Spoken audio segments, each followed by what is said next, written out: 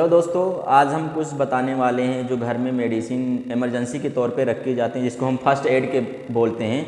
वो दवाइयाँ होना बहुत ज़रूरी है। उसके बारे में हम बताने वाले हैं कौन कौन सी क्रीम रखना चाहिए, कौन कौन सा टेबलेट रखना चाहिए, कौन सा सिरप रखना चाहिए। आपको इमरजेंसी के तौर पर किसी के घर में तबीयत ही ख़राब हो जाए तो आप उसको दे सकते हैं। सबसे पहले आप क्रीम देख लीजिए कि पोविड आयोडीन एक ऑइंटमेंट आती है जिसको बीटाडीन नाम से जाना जाता है। वो किसी घाव में लगाने के लिए यूज़ किया जाता है। एक डिटॉल ऑयल आता है जिसको हम एंटीसेप्टिक के रूप में यूज़ करते हैं।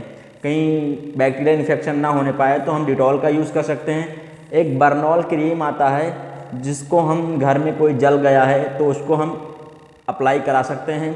डाइक्लोफिनेक का एक जल आता है, उसमें हम कहीं भी चोट लग गई है, कहीं सूजन हो गया है तो उसको आपको रखना बहुत कंपलसरी है घर में ये सब चीज़ें। आइए हम बताते हैं कि टैबलेट के बारे में कौन कौन सा टैबलेट रखना चाहिए। तो सबसे पहले आप देख लीजिए, पैरासीटामोल कॉमन सी बात है कि सबको अपने घर में पैरासीटामोल रखना ही ज़रूरी होता है, किसी ना किसी को बुखार आ ही जाता है।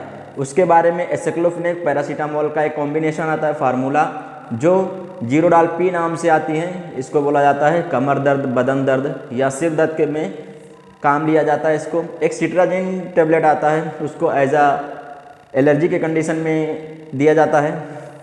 फिर आप जानते हैं कि रेंटेक, जेंटेक्स, बहुत सारे ऐसे ब्रांड नेम हैं जो इसका फार्मूला है एंटासिड के रूप में एसिडिटी बनने पर हम देते हैं। और ऐसे एक तो आती है मैक्टल स्पाइस टैबलेट जिसमें मेफानेमिक एसिड, पैरासीटामोल, हाइड्रोक्लोराइड फार्मूला पड़ा होता है। ये एज पेट दर्द में काम के लिया जाता है। और आप आ जाइए, एक हम सिरप बताते हैं जो पेट में जलन होती है लोगों को, तो आप एक डाइजीन सिरप आता है उसको आप अपने घर में रख सकते हैं।